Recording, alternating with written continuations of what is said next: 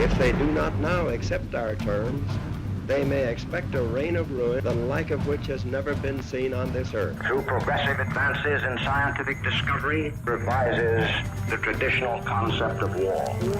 To all the military, naval, and air authorities of Japan and all forces under their control wherever located, cease active operations. Attention, the peoples of the world. World War II is about to come to its official closing. We're on the Pacific Fleet flagship USS Missouri in Tokyo Bay for the signing of the surrender of Japan. The electric sign up the street, which just flashed a big sign, the Japs have surrendered.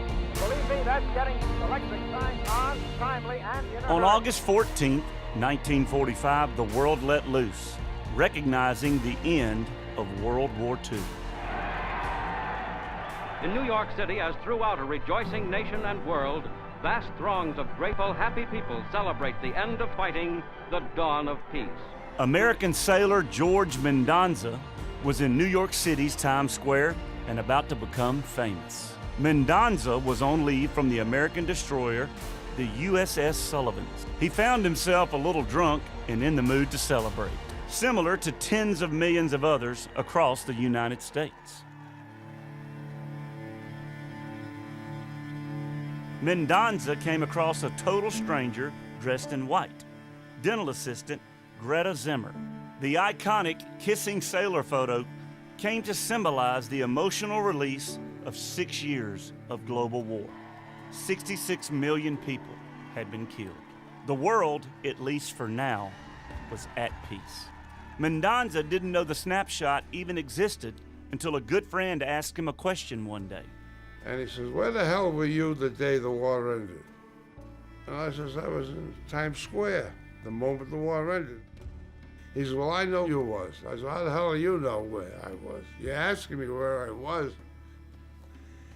He says, "Well, I got a Life magazine here, and there's a picture of a sailor grabbing a nurse." He says, "I know it's you."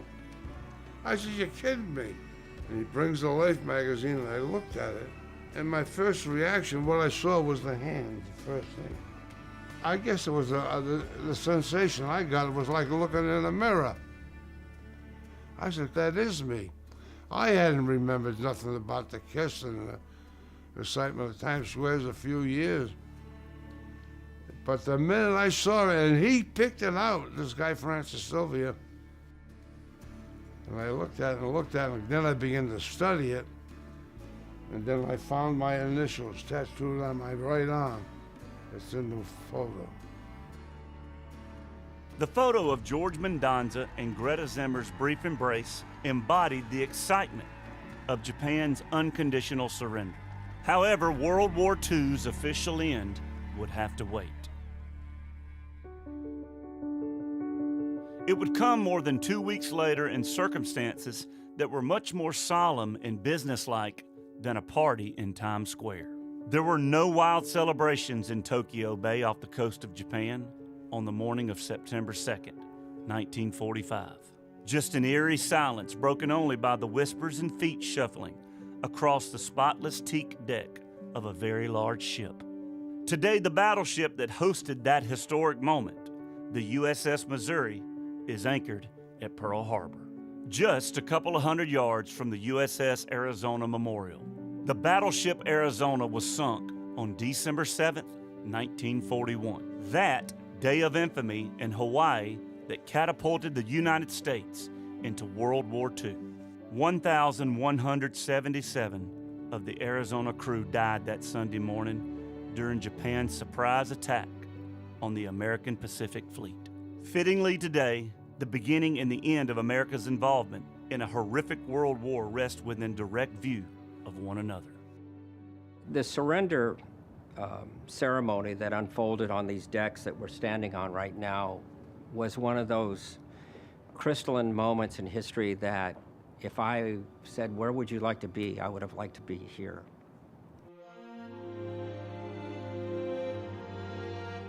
Sailor Tony DeFilippis from Long Island, New York, was on board the USS Missouri that history-making day of September 2nd, 1945, to witness Japan's formal surrender to the Allies. See the crowd, the people came on in. Look at this. So was United States Marine Jerry Pedersen from Sacramento, California. Sailor Don Fosberg from Whittier, California, was also a crewman aboard the USS Missouri. We're aboard the ship. More than 3,000 people crammed on the battleship that September morning to watch the proceedings. Today, just a handful are still alive who can say they were there in Tokyo Bay when World War II came to its official close. Not with a rifle shot, but with the stroke of a pen. Don Fosberg was just 17 when he joined the Navy. The visit to his local recruiting office went smoothly for the most part. There was just one minor issue. They said, there's one form we need to be signed before it's final. Does anybody need a pencil to do it? And about 4 guys said, yeah. And so they gave him a pencil and said, you step over here, you're in the Marines. About 20 minutes later, I was in the Navy. I have carried a pencil and pen in my pocket ever since. Tony DeFilippis wasn't sure where he'd end up when he joined the military. It ended up being the Navy because Uncle Sam sent him a letter saying so. Drafted. I had no choice. I was on the USS Missouri for 2 years and a couple of months. Jerry Pedersen decided he wanted to be a United States Marine. In 1943, I was in high school graduating in June, and I decided I wanted to go in the Marine Corps. At the time, anybody that was in the United States was patriotic because we were in a war. But there was no question I wanted to go in because I wanted to contribute to our nation's effort. After Marine boot camp, Pedersen was on his way to the Pacific. In Guam, he found out he would not be fighting on the beaches and in the jungles like his fellow Marines earlier in the war. Pedersen would fight on the high seas. We want you to go aboard this ship, and as soon as we can go aboard. It's a battleship. Hey, you get 3 square meals a day, and they even have showers on it. And that sounded good to me, and I said, let's go. And next morning, first thing, we take it off. When we got on there, we learned that it was the USS Missouri. At that time, I didn't think anything. It was just another ship.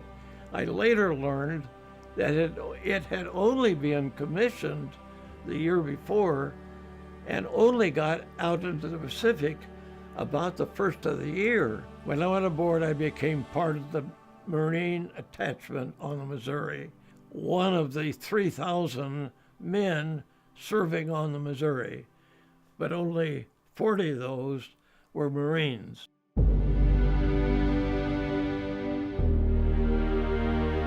First sighting of the Missouri, which is rather impressive.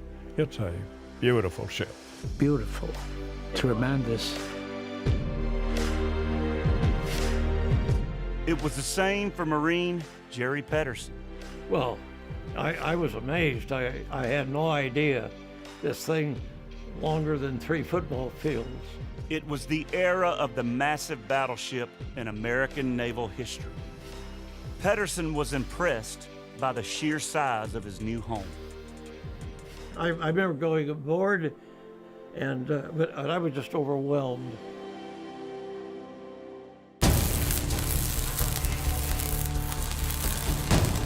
Construction on the USS Missouri began on January 6, 1941, at the Brooklyn Navy Yard, 11 months prior to the attack on Pearl Harbor.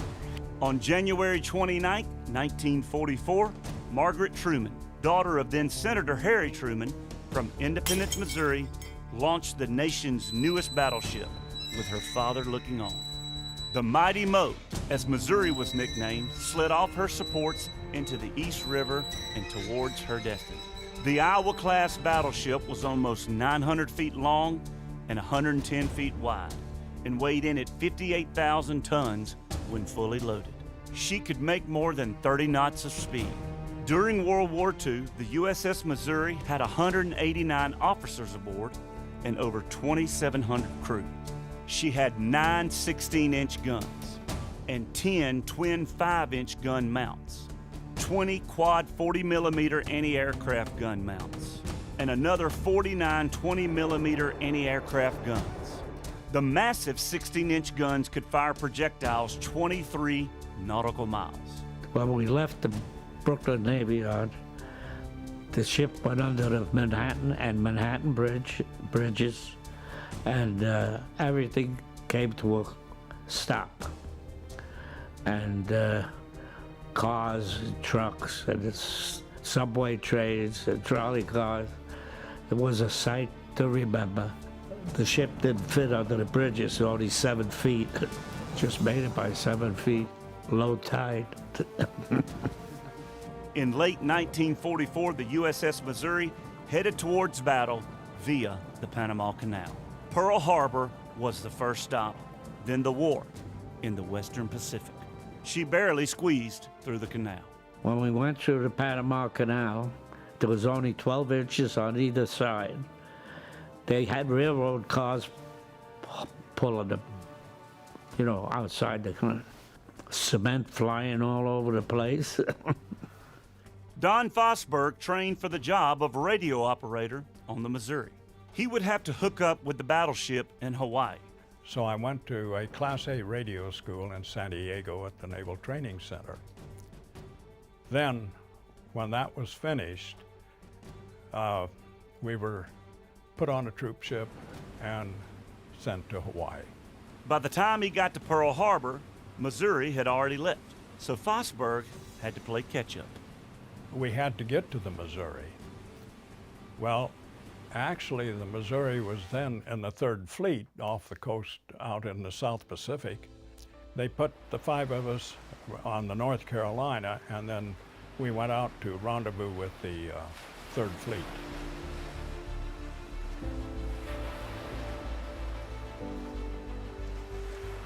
When we arrived at the 3rd Fleet, this was quite a sight.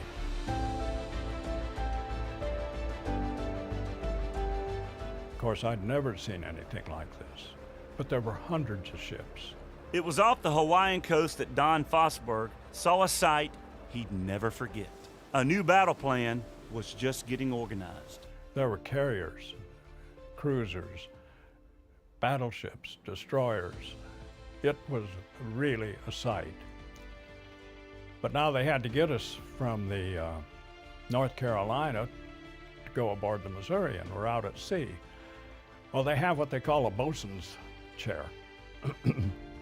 I found out what it was.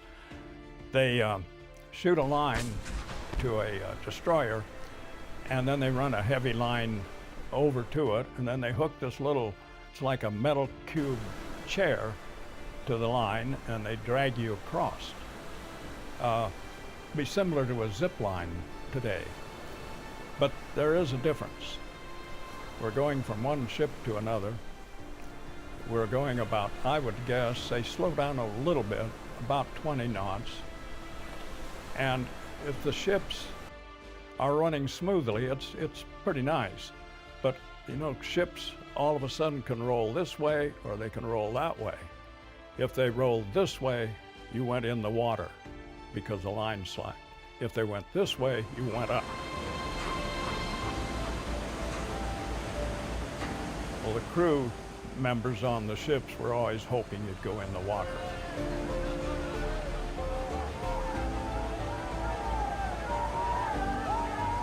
But I was lucky. They went the other direction, I went up. The Navy begins to soften up the island so we can land.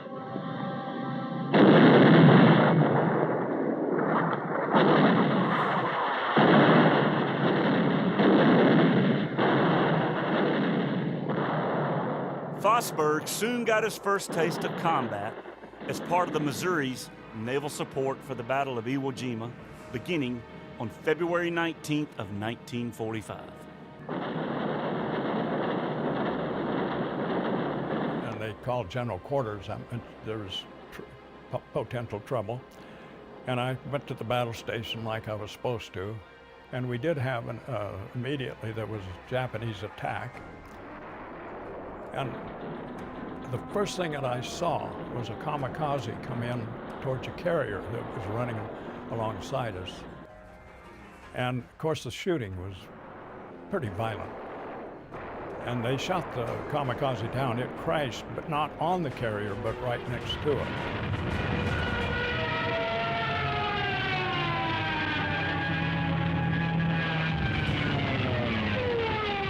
While Don Fosberg was tracking attacks on a nearby aircraft carrier, Tony DeFilippis was busy himself trying to shoot down Japanese planes off of Iwo. I was a fire controlman. Whenever I turned that director, either one of five 5-inch mounts would turn either way. Say I got on a plane, 30,000 yards, and I would stay on it for a couple of minutes, and the information that I sent down to the computer 2 decks down. And after the computer got an answer, they told me upstairs to fire, I would fire.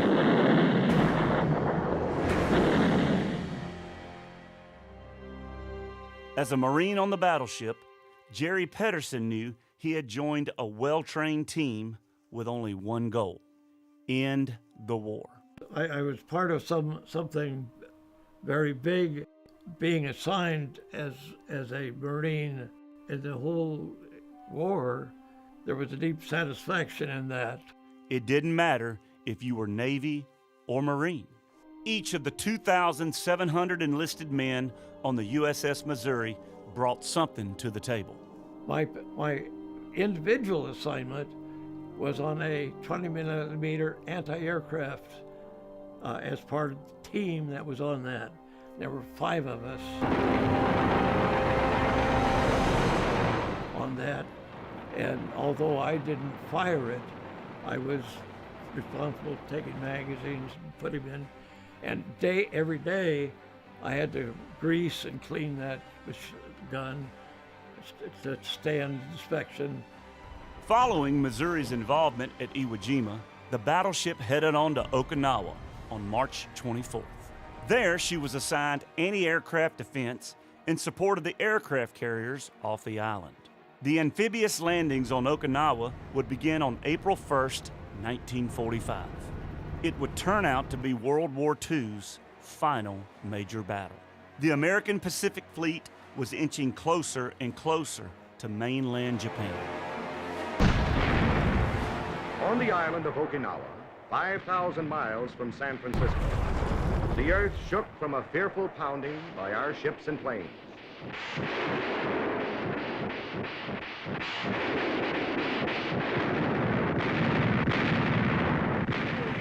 Bombarding our 16-inch cannons was firing, and because I guess the Army and the Marines had gotten bogged down. This was the fleet that came to stay, that had to stay. It was at Okinawa where the Japanese unleashed some of their most aggressive kamikaze attacks of the war. On April 6, 1945, the first of 10 coordinated kamikaze, or suicide plane attacks, began to hit the American Navy off Okinawa's coast.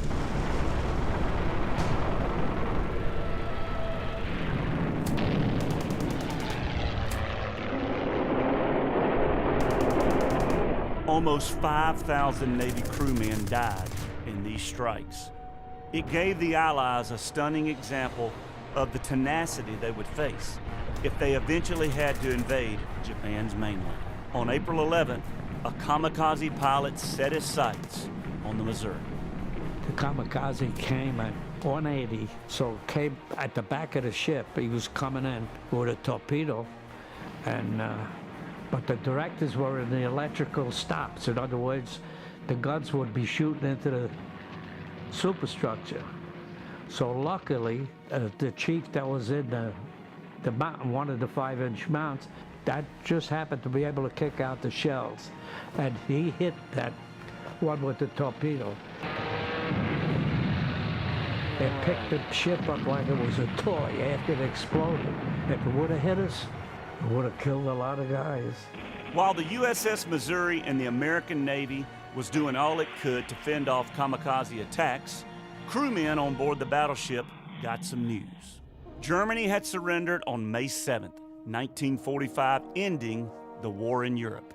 Nobody on the Missouri gave the bulletin much thought, considering what was going on off Okinawa and what lay ahead in the Pacific. And so at that point, the war in Europe was over. What remained was the war with Japan. On May 18, 1945, during the fight for Okinawa, the USS Missouri was named as the new flagship for the United States Navy Admiral William Bull Halsey. Missouri would now lead the entire American Third Fleet in the Pacific. In July, the battleship headed for Japan, bombing for the first time industrial targets inland. And again, we bombarded. Well, we were understood there were munitions things on the island that it was. We were called on to disrupt and destroy if possible. And when that happened, they put me in a new general quarters station, and it was on the third deck, right back by the 16 mound. I was aware of the noise, and it really shakes that small compartment pretty good. And we could shoot a salvo about I timed them on my watch, about every, 45 to 50 seconds. And they would, on the battle phone, they would say, next raise 60 yards or something to that effect. So they knew where they were hitting. And they very accurate. If the war went on, Missouri would have supported the eventual invasion of Japan in November of 1945. Operation Olympic, it was to be called. Estimates say any invasion of Japan would have cost the Allies 1 million or more casualties. 10 times that amount of dead and wounded were forecast for the Japanese. That the rumor was going around, and all I could say was the rumor that the invasion of Japan would be happening shortly. And it was possible that we, the Marines, would be involved in the landing operations. Following the death of Franklin D. Roosevelt on April 12, 1945, Harry Truman, then Vice President, became President. Truman warned the Japanese that the United States would escalate its air attacks on Japan unless they surrendered.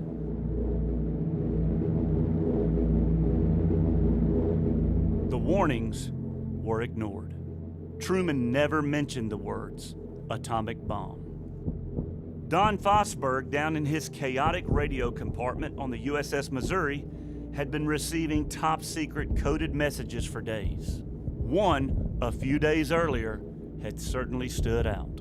There was a message on my desk, and I picked it up, and I thought, I don't know why I have this, but I read it, and at the time it meant nothing to me.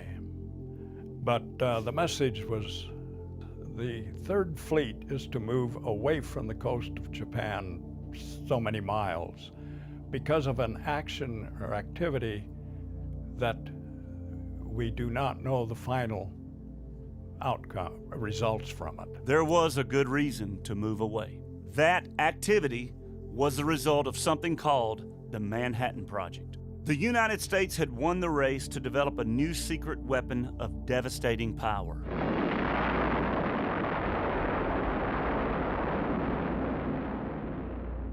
On July 16, 1945, the first atomic bomb was successfully detonated in the New Mexico desert, 120 miles south of Santa Fe. The blast was equal to 15,000 tons of TNT. Just 10 days later, President Truman secretly ordered the bomb to be dropped on Japan. On August 6th, the sailors of the USS Missouri had no idea that a B-29 Superfortress named Enola Gay was set to deliver more destruction on the Japanese Empire than the world had ever seen. At 8:15 a.m., the first atomic bomb exploded 1,900 feet above Hiroshima.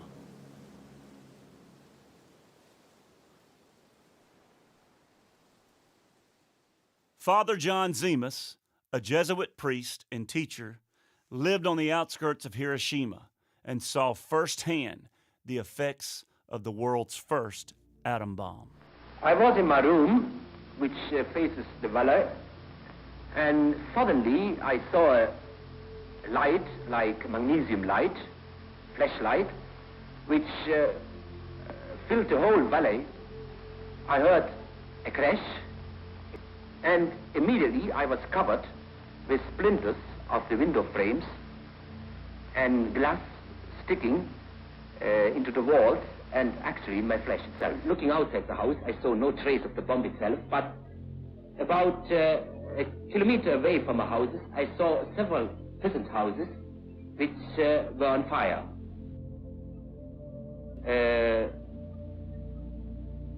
After a while, we saw a procession of people coming from the outskirts of the city up the valley. Many of them, most of them, were wounded, especially the parts of the body which were not covered by clothes. We are now prepared to destroy more rapidly and completely every productive enterprise the Japanese have in any city. We shall destroy their docks, their factories, and their communications. Let there be no mistake. We shall completely destroy Japan's power to make war. It was to spare the Japanese people from utter destruction that the ultimatum of July the 26th was issued at Potsdam. Their leaders promptly rejected that ultimatum. If they do not now accept our terms, they may expect a rain of ruin from the air, the like of which has never been seen on this earth. 3 days later, a second bomb struck Nagasaki. Between the two bombs, estimates say between 130,000 and 240,000 Japanese died.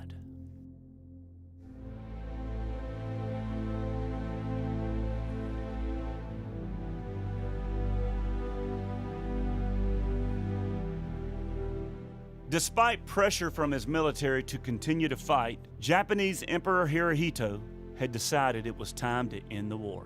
The emperor addressed his defeated nation on the radio on August 15th. 深刻世界の体制と帝国の現状とに鑑み、非常の措置をもって自局を収集せんと。 I deem this reply a full acceptance of the Potsdam Declaration, which specifies the unconditional surrender of Japan. In the reply, there is no qualification.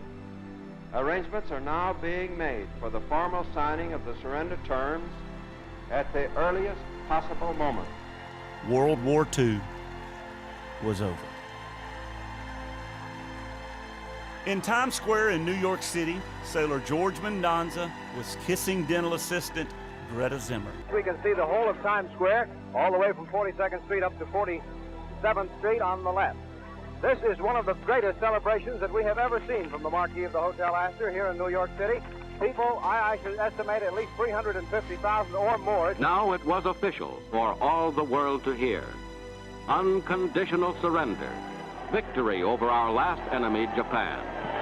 From coast to coast, the nation hailed the coming of peace and the return of happier days.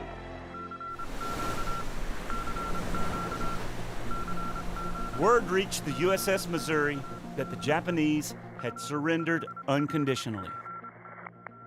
A radioman a friend of mine came running up and he shook me. He said, "Don, the Japanese have accepted our surrender terms. The war's over, but don't tell anybody." Everybody aboard ship knew about it in a very short time, 10 minutes. And we all sort of cheered, shook hands. And the first remark was, "When are we going to go home?"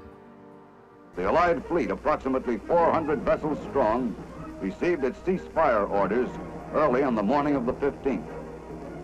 Surrender in the Pacific cut short new attacks. To all the military, naval, and air authorities of Japan and all forces under their control, wherever located, to cease active operations, to surrender arms. It was shortly after the second bomb was dropped. We heard that first. It was a rumor because we hadn't heard anything official, but that we had been assigned where the piece would be surrendered. And then shortly afterward, we heard that it would be in Tokyo. On August 23rd, the USS Missouri was designated as the ship on which the signing of the Instrument of Surrender would take place. World War II would come to its official end on the mighty Mo. Missouri was selected to be the host of the surrender ceremony by President Harry Truman from Independence, Missouri, who had watched his daughter christen the battleship in 1944. September 2nd, 1945 was set as the date for the official surrender ceremony to end the most horrific war in human history. That was the scuttlebutt on Missouri anyway. Allied representatives from all nations would gather on her deck. Tony DeFilippis' reaction to being chosen as the host ship for the ceremony was pretty straightforward. Happy, gleeful. In late August 1945, Missouri headed for Tokyo Bay, just off Japan's coast.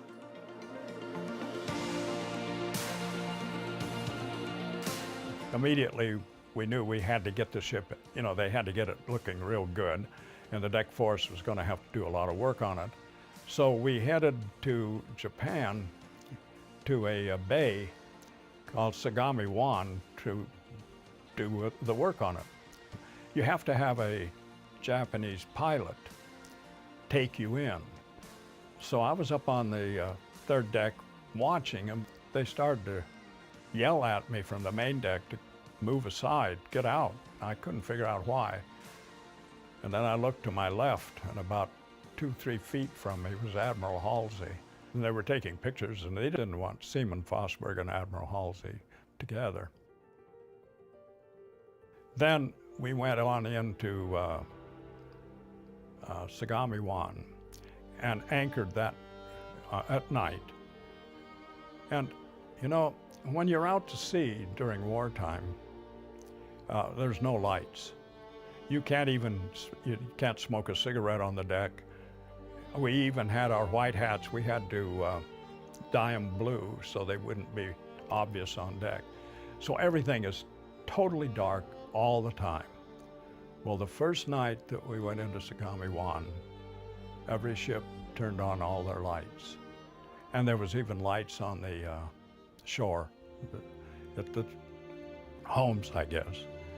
And to me, that was really a beautiful sight. I sat out on deck and looked at it. And then the ship was, of course, put into shape. Everybody got it. It looked real good. And we left Sagami-Wan and went into Tokyo Bay. She arrived a few days before the scheduled surrender ceremony. The Missouri's crew wasn't sure what to expect from the Japanese, even though the fighting had ceased.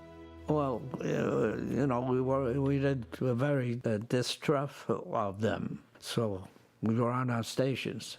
Tokyo Bay was quite a sight. The bay was filthy. The water there was even a dead body floated by the ship. You looked at the shoreline and there was devastation. Ships, you could see ships that were ruined.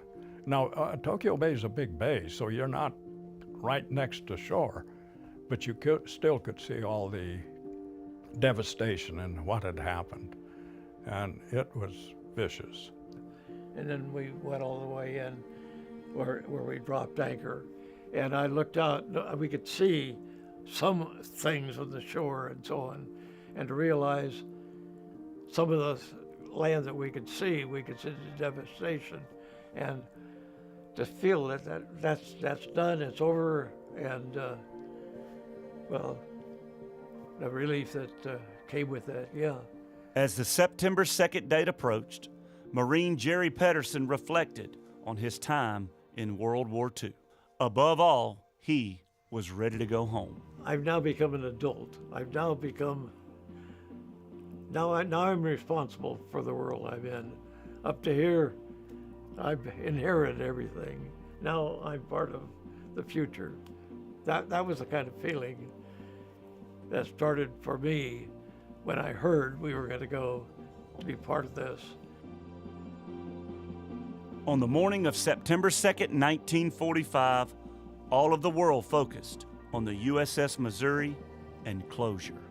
More than 250 Allied ships had joined Missouri at anchor in Tokyo Bay. So had over 200 war correspondents, photographers, and 3,000 plus sailors, Marines, dignitaries, and representatives of all the victorious Allied nations. They watched for the Japanese delegation's launch to pull alongside the battleship. USS Missouri radio operator Don Fosberg was one of those taking in the scene. I was on duty. I dealt with being in the radio, I dealt with the press. So I was in the cruise mess. We had tables set up and the press could come down there. Before the ceremony started, why, they came down to the cruise mess. They came through the hatch up on the deck and they yelled that we need a table. Fosberg remembers that an elegant British-made mahogany table was to be used for the instrument of surrender signing. However, it proved too small. So a simple folding table from the enlisted mess decks was quickly located and covered with a green tablecloth. The question is always, where is it? Well, I still think they brought it back, but I can't say for sure. And I'm on duty, but I wanted to see some of it. So I went up on deck, but I didn't get a good view. I could see all the people and the officers and everything, but I couldn't see as good as I should. You know, most of the sailors were hanging on the superstructure looking down on it, but I couldn't get up that high. Lieutenant Commander Jim Starnes, shown in this photo, was the officer of the deck that September morning on the battleship. The assistant navigator for the Missouri had one of the best views of the unfolding event. A friend of mine has a copy of a Life magazine of September 1945, and he was at a dentist office around here not too long ago, and he saw this magazine on the coffee table, and he was just fascinated reading about the surrender of the Japanese. And he asked the lady there, said, "I'd like to borrow this. I could." He said, "Oh, you can have it." Somebody there had no idea of the value of it. But anyway, he loaned it to me, and I had copies made. And I didn't realize, and of course he didn't know anything about it, there was one that shows Admiral Nimitz escorting Admiral Halsey. And just down below that, at the quarterdeck, it shows me. Marine Jerry Pedersen had an almost perfect view of everything. That's because Pedersen, shown here in this photo, was a part of the ceremonial honor guard on the USS Missouri alongside several of his fellow Marines. Dress rehearsals for the short instrument of surrender signing were held multiple times before the actual date. Everything timed down to the second. The Allies would dress in their usual khakis, nothing fancy. Jerry Pedersen watched at 8:55 a.m. as the Japanese delegation's small launch pulled alongside the battleship. Their contingent, led by Foreign Minister Mamoru Shigemitsu and General Yoshijiro Umezu, Chief of the Japanese Army General Staff. They made their way past 8 USS Missouri crewmen, all over 6 feet tall, who towered over the smaller Japanese. Allied superiority in every way was being emphasized on this historic day. One of the people in the platoon always went up and did a search of the person. They were frisking to make sure they don't have guns or something. And I think that was more symbolic than it was. Can't believe anybody really thought anybody could come on there with stuff, but that's the way it was. Everybody was happy, but quiet. You couldn't hear a pin drop.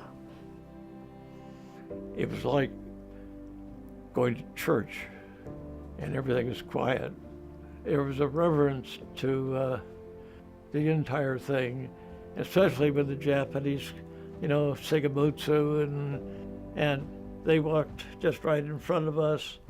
When I think of deeply meaning experiences of my life, they're going up to that. They're standing there to see Halsey, and most of the crew was topside because the bottom was where they signed. You had all kinds of people, admirals, dignitaries from countries. Well, it was a little crowded. At 9:02 a.m., as the small Japanese delegation nervously stood before the Americans, General Douglas MacArthur stepped to the microphone. We are gathered here, representatives of the major warring powers, to conclude a solemn agreement whereby peace may be restored.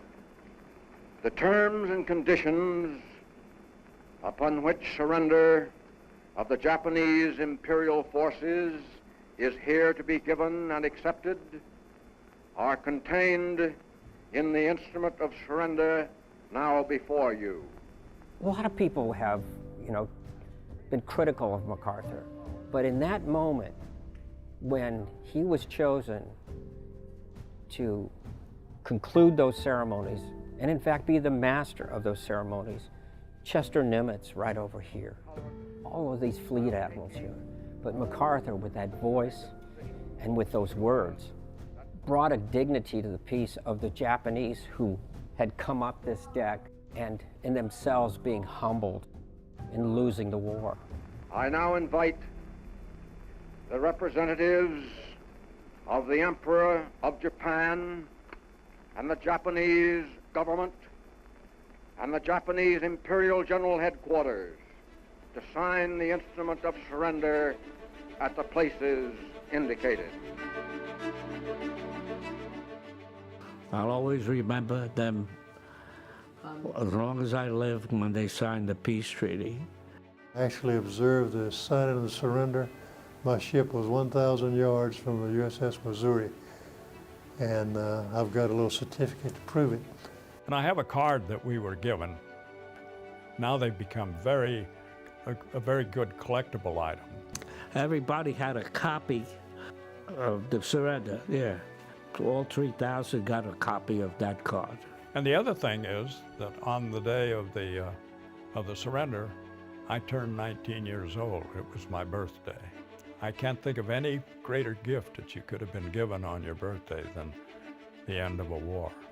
You think about the representatives that were here from all the Allied countries. They were all standing in neat rows. You could see Admiral Halsey here. You could see a lot of the admirals that had fought the battles here. Will General Wainwright and General Percival step forward and accompany me while I sign? And you can also see Jonathan Wainwright and also General Percival right behind Douglas MacArthur. Now, why are they there? Well, they were captured and they were in Japanese prisons during the war. So appropriately, when they planned this out, it was a lot of symbolism. Following the signing, General MacArthur addressed the American people in a pre-recorded radio broadcast. My fellow countrymen, today the guns are silent. A great tragedy has ended. A great victory has been won. The skies no longer rain death. The seas bear only commerce. Men everywhere walk upright in the sunlight. The entire world lies quietly at peace. the holy mission has been completed. The way it affected me, and this was definitely a feeling I had right there that day, is some way I've got to try to make real what General Arthur challenged me to, and all of us do. We've got to pursue in peace what we achieved in this war. That was the meaning of this time for me. The entire surrender signing ceremony had lasted roughly 23 minutes. As the Japanese delegation returned to their launch to leave the Missouri, hundreds of Allied planes swept over the battleship for more than half an hour. The line of aircraft extended for as far as the eye could see. They were so low, according to those on the Missouri, that they had turned the sky black. Incredible. I have talked to some of the pilots in that day, and they said we all wanted to fly over. We all wanted to be in that flyover. So they came over pretty low. Well, I don't know if you've ever seen anything like that, but it's really impressive. Well, after the ceremony, we've had to put everything back together. People, all the people that had come, the officers and that left. It went back to a normal day. It was a long day. Everybody was dead tired. You can't celebrate without a little something. Probably the thing that impressed me the most was the fact that it was the end. Everything was over. I didn't realize the significance of how it was that important in the future, but it was through. And I think everybody was, though most of the remarks were, are we going to go home? What do we do? What are we going to go right now? Are we going to leave?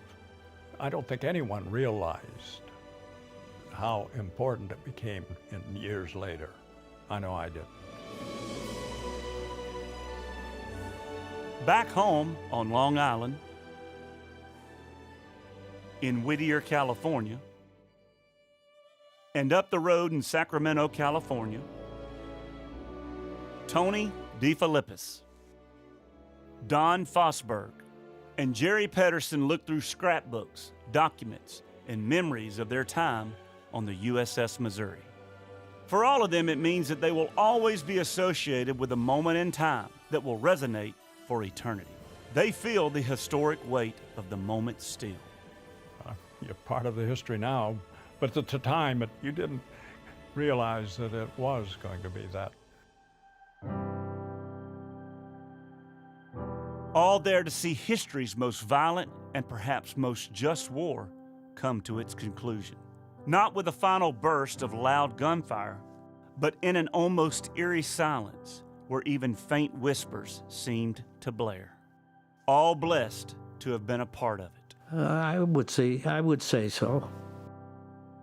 One of just a few dozen Marines on the USS Missouri, Jerry Pedersen, got an up-close look at the surrender ceremony from start to finish. Today, he still soaks in the realization that he was really there at the moment the war ended. I know that I didn't have the same kind of part that my buddies that had gone ashore in Guadalcanal and so on, but I was part and had done my part in it. And yeah, I'm going to be going home.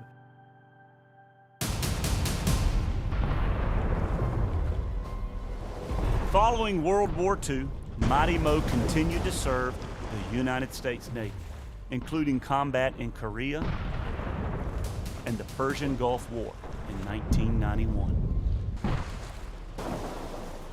In March of 1992, the USS Missouri made what was scheduled to be her final voyage to port as an active U.S. Navy warship. She was decommissioned at Long Beach Naval Shipyard and put back into the mothball fleet in Bremerton, Washington. But all that changed in 1998 when the Mighty Mo was handed over to the USS Missouri Memorial Association to become a museum ship at Pearl Harbor, Hawaii, the Pacific battlefield where it all began for the United States in World War II in December of 1941. Here the Missouri lives on as a symbol that a pen was indeed mightier than a samurai sword at the very end of World War II in Tokyo Bay. This ship, although it was built for war, within 2 years of its launching became an eternal symbol of peace. And it's that peace message that we want people to take home with them when they come and visit this ship. Appreciate all the men that served on this ship in 3 wars. This was the last battleship, but she represents a very important part of the end of World War II. In Pearl Harbor today, 2 battleships, the USS Arizona, where it all began for America, and nearby on the deck where the war officially came to a close almost 4 years later. I think the one thing that always amazes me is I look at that and think, you know, I was there. It's hard to believe that you actually were there. And brings back a lot of memories. It reminds me, my wife and I were traveling in Seattle about 40 years afterwards. And I found out that Missouri was in Bremerton, Washington, in mothballs. And they said you could go to it. So I got the directions, my wife and I drove out, and there's not a person around, but there was a gangway. You could go up on the ship. So I said, well, let's go up on the gangway and we'll go up to the surrender deck where the plaque is and I'll show it to you. I don't think she'd ever seen her. So we walk aboard that ship, and all of a sudden, and it's hard to explain, but the ship became alive. I went back into the 40s because there's a moment that there were sailors, that the ship looked, but it only lasted about 5 seconds. But there was that one moment, I'll never experience it again.